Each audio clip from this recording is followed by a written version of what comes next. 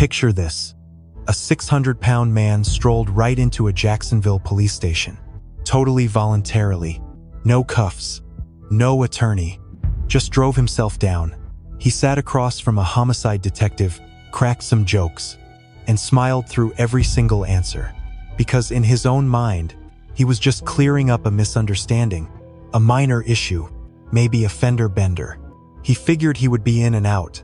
What he didn't realize was that next door, investigators were already reviewing security footage of a murder. They pulled cell tower data putting someone at the crime scene, plus 2 eyewitnesses.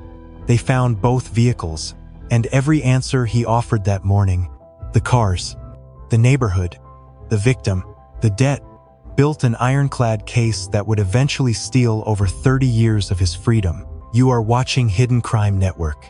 October 21st, 2016. The Jacksonville police get a 911 call. Someone spotted a man lying completely still in the street. First responders arrived, and they instantly knew this wasn't an accident. The victim took a fatal gunshot to the head. Paramedics pronounced him dead right there. Police soon identified him as 34-year-old Desmond Jacobs. Dead silent street. Not a single suspect around, no murder weapon anywhere. Looked like just another cold case on a Friday morning. But investigators actually caught one massive, lucky break. A local shop kept security cameras rolling all night. That video revealed everything. At 2:35 in the morning, a black Nissan Rogue turned onto Greek Road and parked. It just idled there, going nowhere. Minutes later, Desmond strolled into the frame, walking right alongside the running vehicle. The driver crept forward, rolled down the block, flipped a U-turn, and slowly returned. Desmond stepped right up to the driver's window. A muzzle flash lit up the dark cabin. Multiple point-blank shots. Once the shooting stopped, the driver climbed out. He was a very large, heavy-set guy. He walked over to Desmond, grabbed something off the pavement, got back into his car, and vanished into the dark. That should have ended the story. But 25 minutes later, the killer returned. This time, a white 2-door Honda Accord rolled up to the exact same crime scene. The guy stepped out. Detectives noted he looked exactly like that same massive suspect from the first clip. He marched back to the victim, snatched up another dropped item, stopped to catch his breath, hopped into the Honda, and fled.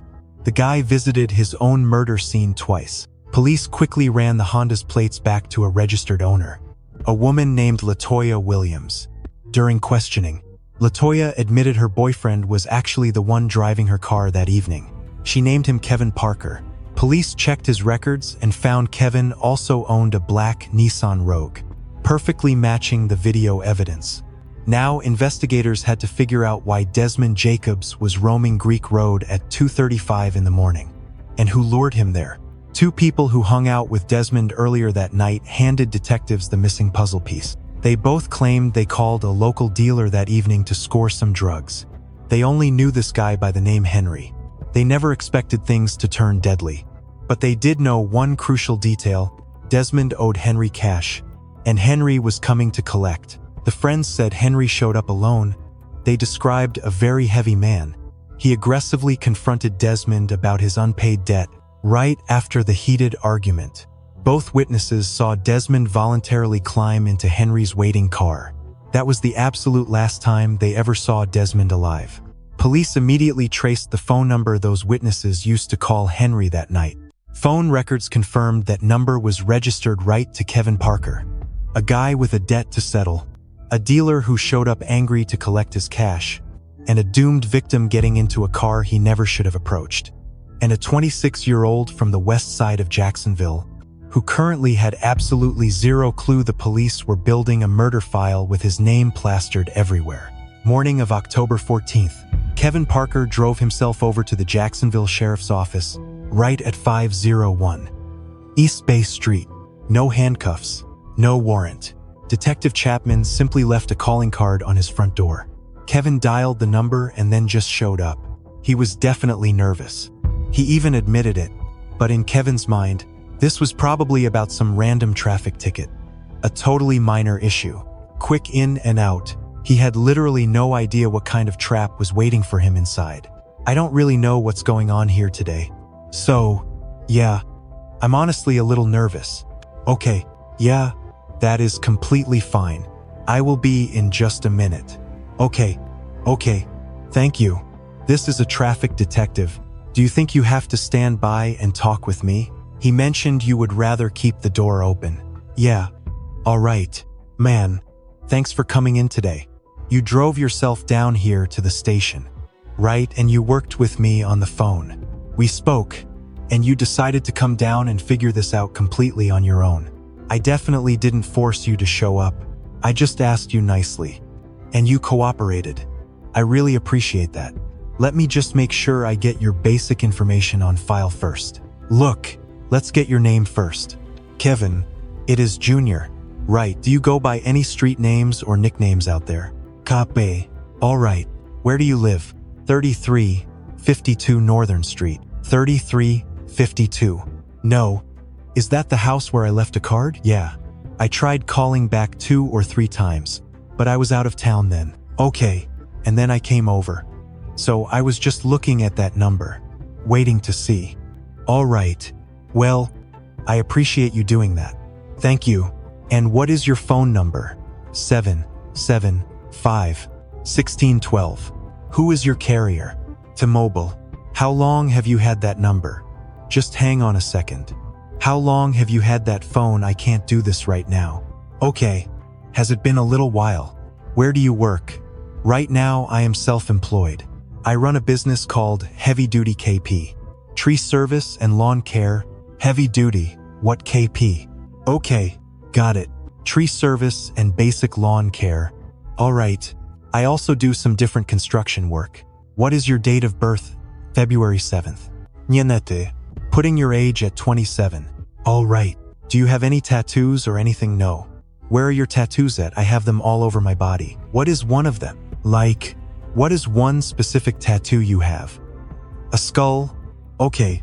And what does it say on your arm? It has the name Toana. All right. Did getting that on your stomach hurt? Yeah. Got any on your back? I heard the back hurts. The further up your spine you go, the worse it gets. I never did my back yet, but that was next. Oh, what are you getting next? Probably a Jacksonville piece with a black Jaguar. Okay. Main Street Bridge, the Modi's building, and Wells Fargo. A nice little skyline type thing. All right. And where exactly were you born? Right in Jacksonville. What school did you go to high school? How much education do you actually have? Did you graduate high school? I finished high school and I did about 2.5 years of college. Okay. Good deal.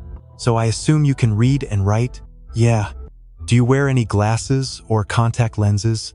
Are you under the influence of any drugs right now? No. Sir. Okay. Taking any kind of medication? No. Sir. Alcohol? No. Sir. Have you ever been diagnosed with mental illness? Like depression, schizophrenia, or bipolar disorder? Okay. Got it. Before we get started, I just have to read your rights. Obviously, I need to ask you some questions today. It is totally standard protocol for me to read your constitutional rights. All right, we do this for all types of questioning, or any official interview that we need to conduct here. So, we are currently at 501 East Bay Street. Okay, today is the 14th, and right now the time is 10:38 a.m. All right, just so I can verify that you can read, could you read this very first statement for me right here? Yeah, the following United States. Okay, I will read them out loud. And I need you to initial each dot showing that you understand. All right. It says you do not have to make a statement or say anything at all. Hang on. I will read them to you. Anything you say can and will be used against you in court.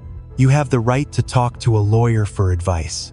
You have the right to speak to a lawyer for advice before you make a statement or answer any questions, and to have them present during any questioning. If you cannot afford to hire a lawyer, one will be appointed for you before any questions are asked. If you wish, if you decide to answer questions, you have the right to stop answering at any time, or to consult with a lawyer. Do you have any questions about this? Just sign right there. Let's get right into it. You have lived in Jacksonville your entire life, never lived anywhere else. So you know the city pretty well, right? Is your mobile phone used strictly by you alone? No, I wouldn't say that. What do you mean? Sometimes if I am at my job, I might just have my work stuff pulled up on my phone. The kids might play with it or whatever. Right, but let us say during the nighttime hours, it is exclusively yours since you hold it. I was able to reach you late at night without any issues, so it is definitely your cell phone. I believe I also pulled up your criminal background check. You have been arrested before. Yeah, I served time in prison. You went to prison. And what exactly was that for? I really felt that, okay, but you served your sentence. You are out working, trying to stay out of trouble now. All right, and you have a valid driver license. You have a job. You own a vehicle. Right. Yes. What kind of car are you driving right now? I have a Dodge Domingo. Right. And I also drive a Mercury. No other vehicles are registered in your name. Not that I can think of. Not that you know of. Do you currently own a Chevrolet? Have you ever owned a Chevy vehicle? Did you ever own a Ford? Yeah. I drove a Taurus. You drove a Taurus. How long ago was that? 2011. 2011. You drove it around. All that stuff. It was officially registered to you once. Yeah. Now, what about a Nissan vehicle? Yeah. All right. What exact model of Nissan? It was a Rogue. A Nissan Rogue. Right. And when did you own that car? Like 2015. Actually, I do not know. Right after I got out of prison. That was my very first car. You no longer have it. Nope. When exactly did you get rid of it? It ended up getting towed. I was in an accident. Around that time, maybe in April. Does that sound right? Yeah. It happened right around one of my kids' birthdays. So maybe January, or actually, it was probably closer to February. Got it. You had a birthday for her. I think it was February, early 2017. We can say the first few months of 2017, just roughly speaking. Look, I am not trying to lock you down. I know it is difficult to remember every detail. It all just blends together. So you drove the Nissan Rogue? Now, correct me if I am wrong here. Is that model basically a hatchback type vehicle? Something like that? It has that curved back end. Yeah, it looks like an SUV, but with a rounded shape, like a mid-size SUV. Yeah, definitely mid-size. A bit smaller. It sits slightly higher off the ground. Not by much, but definitely taller than your average car. Exactly. All right. So you owned that car from 2015 to 2017, right around that time period. Understood.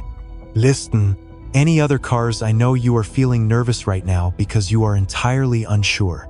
Do you have any clue why I would bring you down to the station to ask you these questions? No, sir. Well, you clearly had a suspicion the other day. Correct. Yeah, because when you guys showed up at my house, a good friend of mine had just passed away. Who was that? Her name was Heather. Okay. I went to see her that night and gave her cash, because she worked alongside me and a guy named Steven. And sometimes, Steven would pick up local contract work, and I would come in and handle the demolition, tearing old fences down. Then him, Heather, and a few other folks would show up to build the new fences and finish the project. I had actually been working with him for quite a while, right around a year or so, pretty close to a full year. Sadly, she struggled with a serious drug problem. She went away to a rehab facility, did the program, and eventually got out, but she went right back to the job. We used to team up and hunt for new gigs on different websites, checking local Facebook pages and all that, those home repair sites, tech stuff, things like that. I was always looking for jobs, but she was the one securing the contracts.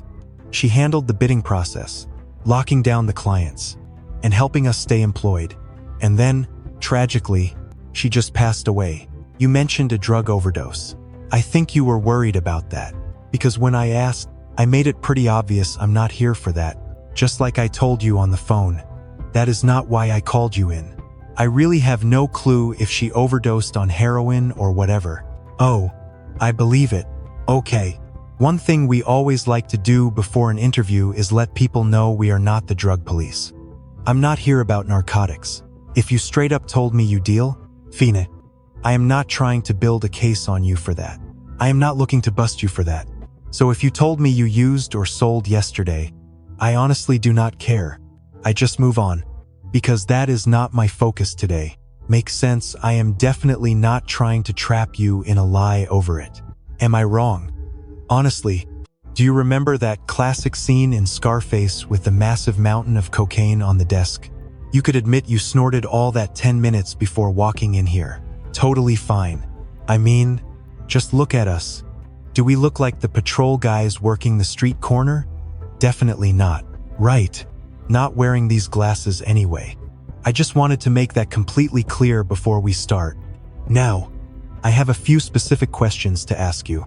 So, you mentioned earlier that you live over on the west side, right? Yes, sir. All right.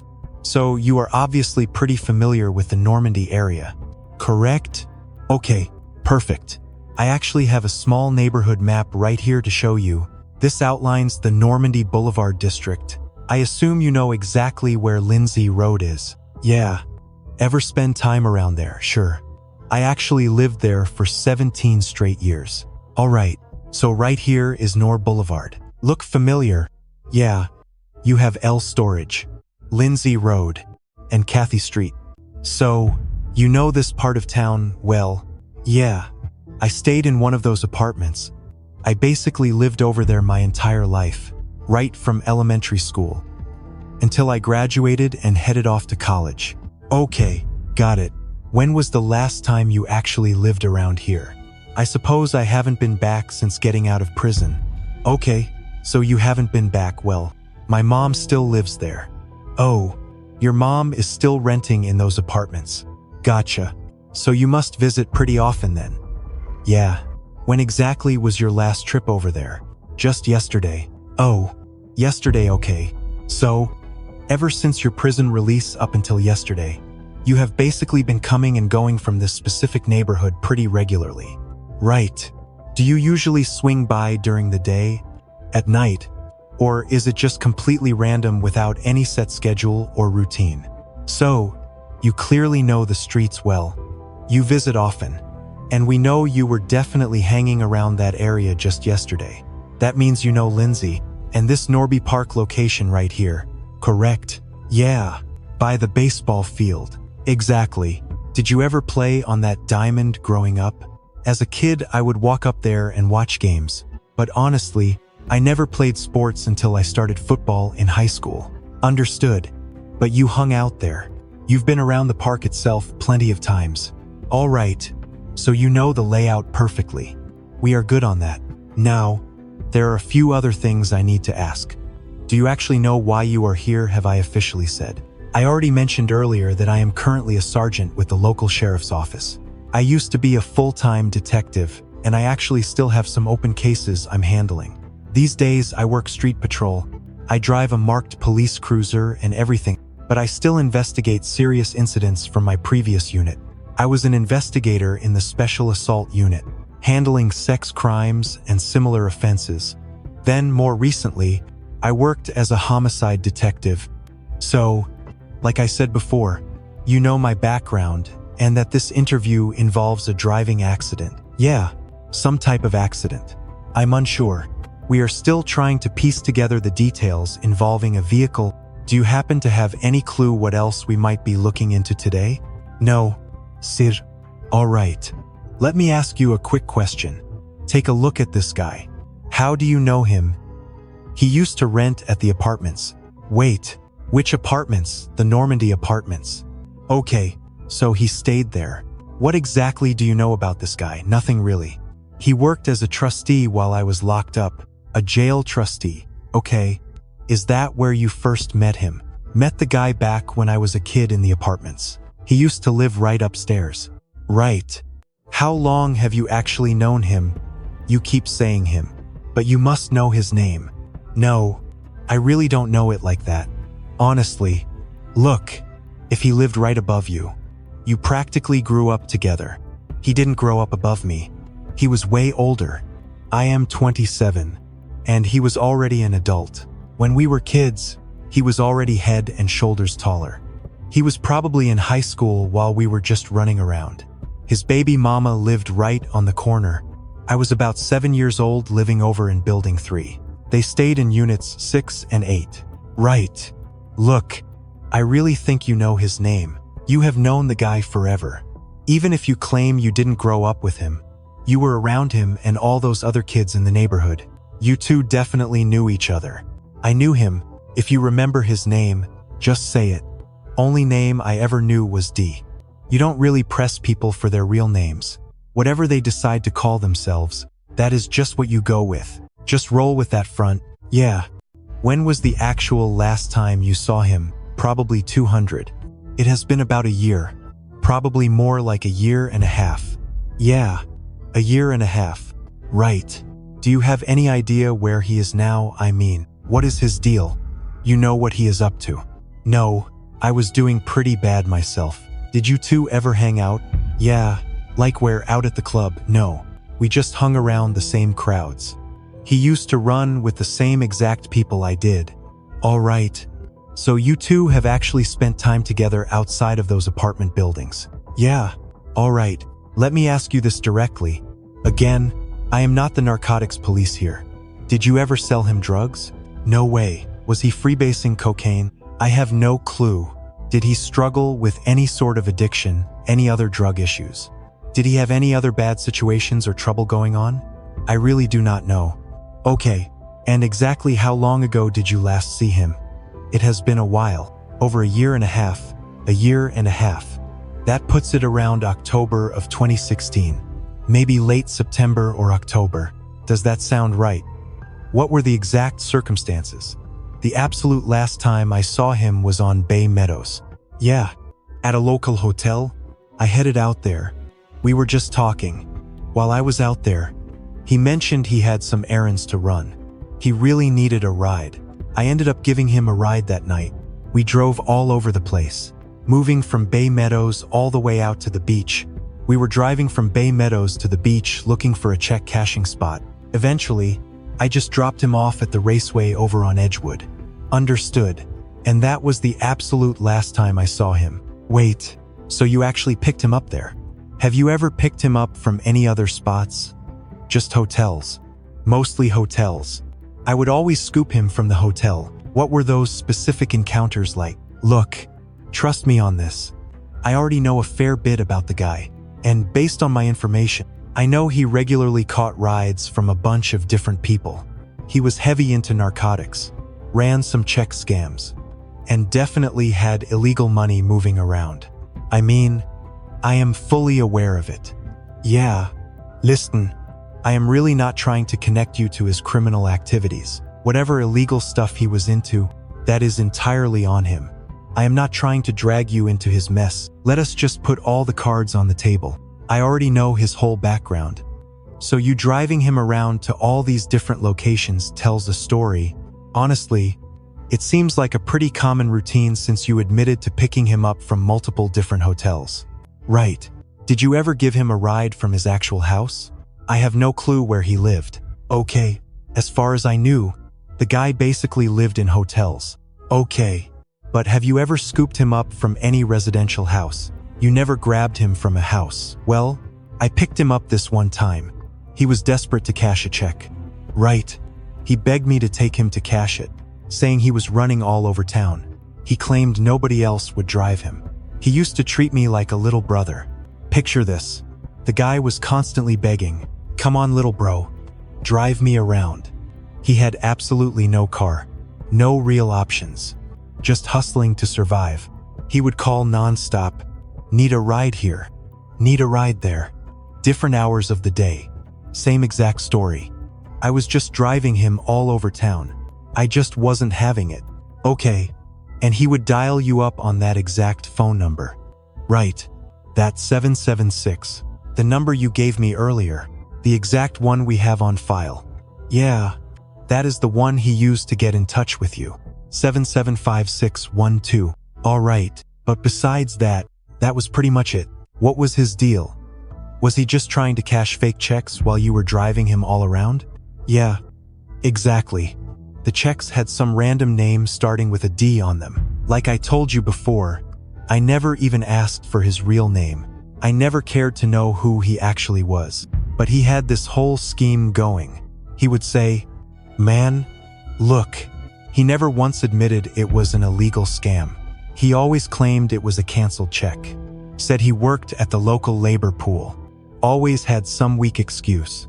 But he was honestly just a guy playing games. Yeah. Did he mostly reach out only when he needed a favor? Did you ever call him? We used to chat every now and then. I mean, it was strictly a casual friendship. Nothing deep. Yeah, it wasn't like that. Do you know where he is now? No, sir. Zero idea. Haven't heard from him. Is that slightly weird to you? Not necessarily. I know plenty of guys that I will talk to on a very regular basis for a while. Then I might not hear a single word from them for months, or even years. We talked sometimes. It was not like we were best friends. We were strictly just associates. We spoke when we spoke, and that was the end of it. It was never an everyday routine. We didn't talk daily. Over a whole month, we might chat just once, twice, maybe 3 times total, or maybe 10 times. It just wasn't a daily habit. So yeah, losing touch with folks for months at a time is totally normal to me. So, roughly, how many times would you say you picked him up from a hotel? Just a hotel. Because the record says you only grabbed him from cheap motels or right off the side of the street. How many rides do you think you actually gave him? I would just be guessing at a number. But it was easily more than 10. I would safely say around 10 times total. Right. And you have not heard from the man in over a year. You really do not find that the least bit suspicious? Nope. Okay then, do you recall where I mentioned I was working right before my promotion? I can literally see it on the wall. You see the homicide sign. So, where do you think your buddy went? Seeing that sign, I am guessing he is gone for good. Yeah, I follow you. Man, I have no clue. Why else would I be talking to you about this case? I couldn't say. Look, going off your own words, you had direct contact with the victim. Yeah, I did. You drove him around. Right. Yeah. And then I finally dropped the news that this exact guy you practically grew up around, this close associate of yours, someone you chatted with regularly and gave rides to. I mean, you literally stayed connected with him right until the very end. The man is dead, and you had zero clue. I heard rumors. Sûr. But I do not trust random street gossip at all. I need cold, hard proof. So you actually knew. I did not know for sure.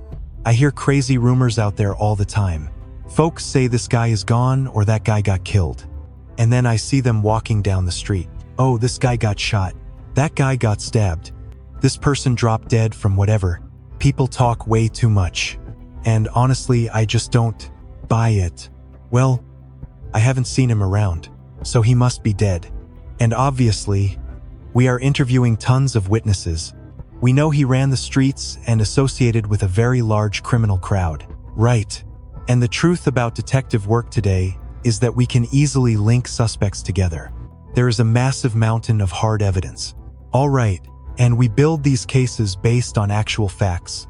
So, you admitted that you drove a Nissan Rogue back then. Yeah. Right, yeah.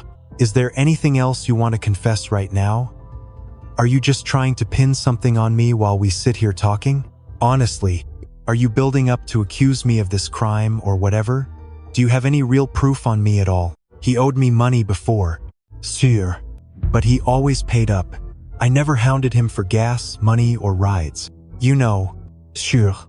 He'd disappear sometimes, chase some girls and vanish, but he always made things right. Did I have to remind him to pay me? No, not really. What does that mean? Not really. Look, I had to remind him sometimes. You have to tell people when they owe you cash. Well, sometimes people end up dead. So clearly, he owed you cash sometimes, but never much. Forte. $50. Was all that debt just for rides taking him places? That is an expensive ride. Yeah. Gas costs money. Man, driving from the west side all the way down to the south side, driving him all over the place. Man, $40 gets you a bus to South Carolina. So yeah, took some time. All of that played a part. Look, if he was using drugs, that is what it is. And like we said, we honestly do not care about that. But when somebody owes you money, you expect them to pay up. We get it. I am going to guide you through this a bit. Because honestly, I think there is a whole lot more to this story than what you might be letting on right now. Okay, and I get it. You do not want to get mixed up in this. It is a really big deal being brought in. You have been through this system before. You have dealt with things like this. So you know it is serious. Yeah, I think it is in my best interest now. I should probably talk to a lawyer.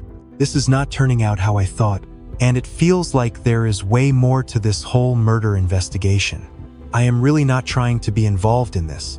The suspect finally realized where this interrogation was heading. He said it would be best to have an attorney present for any more questions, just to protect his own freedom. I mean, you have a job. Would you be willing to come back down here? Yeah, for sure. Do you have a lawyer yet? No, not at this time. I know one I can probably try to get in contact with. But yeah, I really do not mind coming back down here. I came down here without a lawyer in the first place. You are free to talk. I am not trying to run away. No, I appreciate you doing that. When you came and left that card on my door, I called you back.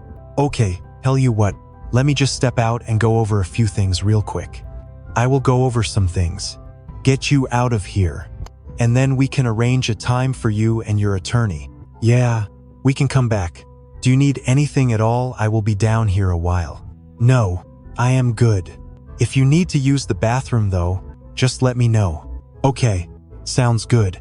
I do have to keep this door closed. Just letting you know. Thanks for being decent and making me comfortable. I know it will not be long. I will definitely keep that in mind.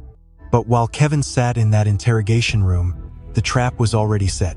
Detectives pulled Kevin's entire cell phone history. A Jacksonville crime analyst built a detailed map tracking his exact movements before, during, and after the fatal shooting. According to prosecutors, that location data placed Kevin right at the scene when the murder happened. 2 eyewitnesses, security footage, pinged phone towers, 2 cars tied directly to Kevin Parker, and a victim owing him cash. Kevin Parker was charged with second-degree murder for killing Desmond Jacobs, and he was quickly convicted. The judge gave him 40 years in Florida State Prison. According to corrections records, Kevin Parker will not be released until July 30th, 2058. Desmond Jacobs was 34 years old. Witnesses said the debt that cost him his life was just $40 or $50. A security camera, a phone number, and a suspect who voluntarily drove to the station, handing detectives the whole case. Drop your thoughts down in the comments. And if this true crime story hooked you, share it. Somebody out there needs to see this. Until next time, remember that unpaid debts always have a way of collecting themselves. Sometimes the price is $40, and sometimes it is 40 years. Stay safe, stay smart, and thanks for watching. Catch you in the next story from Hidden Crime Network. This case is a powerful reminder of how quickly everyday choices can turn into life-changing consequences. What begins as a simple interaction rides, favors, casual conversations can slowly build into something far more serious when money, trust, and poor decisions get mixed together. One of the biggest lessons here is that assumptions can be dangerous.